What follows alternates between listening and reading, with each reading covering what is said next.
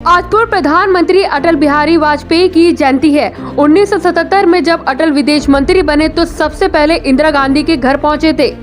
1977 में विदेश मंत्री बनने के बाद वाजपेयी ने पहला काम यही किया कि वे इंदिरा गांधी के घर यह आश्वासन देने पहुंचे कि सरकार बदले की कार्रवाई नहीं करेगी। श्रीमती गांधी और उनका परिवार इस बात को लेकर चिंतित था कि कहीं घुसाई भीड़ उनकी पीट पीट कर हत्या न कर दे। श्रीमती गांधी के घर जाने से पहले उन्होंने देसाई से अनुमति ले ली थी। हालांकि देसाई काफी समझाने बुझाने के बाद माने थे। वाजपेयी ने श्रीमती गांधी से कहा कि उनके साथ उचित व्यवहार होगा और सत्ताधारी दल का कोई भी नेता उनके या उनके परिवार के खिलाफ हिंसा नहीं भड़काएगा। दरअसल उनके खिलाफ लोग इतना भड़के हुए थे कि हल्का सा उकसावा भी अराजकता का रूप ले सकता था, जिसमें लोग कानून को अपने हाथ में ले लेते हैं। अकेले दिल्ली में ही इमरजेंसी के दौरान 20,000 से ज्यादा लोगों पर जुर्म ढाए गए थे। बीजेपी का आश्वासन सिर्फ कहने भर को नहीं था, ये एक वादा था।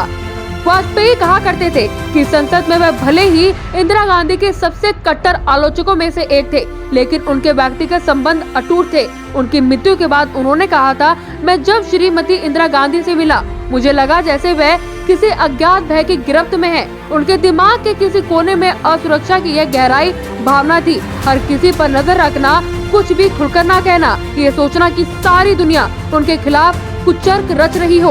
1980 श्रीमती इंदिरा गांधी के लिए सबसे अच्छा और सबसे बुरा साल था। इसी साल स्थिरता के नाम पर उन्हें चुनावों की जीत दिलाकर सत्ता के सिंहासन पर फिर से बिठाया गया था। उसी साल आगे चलकर दिसंबर में बीजेपी के बॉम्बे अधिवेशन में आधिकारिक तौर पर अध्यक्ष पद ग्रहण कर चुके वाजपेयी ने पूरे भारत से आए पार्टियों को और नेताओं की मौजूदगी में 50,000 से भी ज्यादा लोगों के सामने बेहद दिलचस्प भाषण दिया।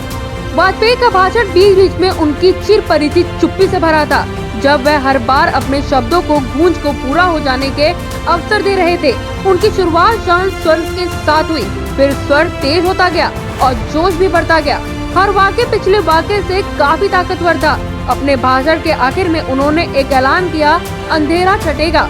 इसका असर जमाने के लिए वह चुप हुए और फिर सिर को अपने ही अंदाज में हिलाते हुए कहा, सूरज निकलेगा, और फिर रुक गए। आखिर में उन्होंने जब कहा कमल खिलेगा तो तालियों की गड़गड़ाहट इतनी जबरदस्त थी कि उसके शांत होते होते कई मिनट निकल गए। भाषण का यह समापन आने वाले वर्षों में बीजेपी का एक नारा बन गया, जिसे बार बार दोहराया गया। News desk, action India TV.